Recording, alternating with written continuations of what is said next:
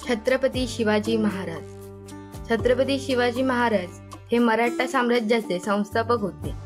त्यांचा जन्म 19 फेब्रुवारी 1630 रोजी शिवनेरी किल्ल्यावर झाला। त्यांचे वडील शहाजीराजे भोसले आदिलशाही दरबारात सरदार होते, तर आई राजमाता जिजाऊ यांनी त्यांच्यावर धर्म, न्याय आणि स्वराज्याची शिकवण दिली।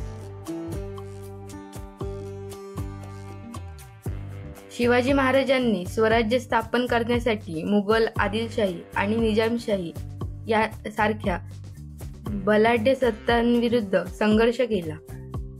त्यांनी गनिमी काव्याचा वापर करून अनेक किल्ले जिंकले। त्यामध्ये तोरणा, रायगड, प्रतापगड, राजगड हे प्रमुख आहेत। 1674 मध्ये रायगड किल्ल्यावर छत्रपती शिवाजी महाराजांचा राज्याभिषेक झाला आणि ते स्वराज्याचे पहिले हिंदू सम्राट बनले। त्यांनी एक सक्षम प्रशासन प्रणाली निर्माण केली, मजबूत नौदल उभारले आणि शेतकरी व सामान्य जनतेच्या हितासाठी धोरणे आखली। शिवाजी महाराजांचे विचार प्रेरणादायी होते। त्यांचा विश्वास होता की स्वराज्य हा आपला जन्मसिद्ध हक्क आहे।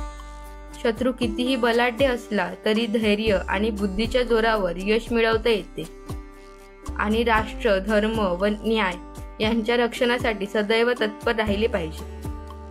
छत्रपती शिवाजी महाराजांचे निधन 3 एप्रिल 1680 रोजी रायगड किल्ल्यावर झाले।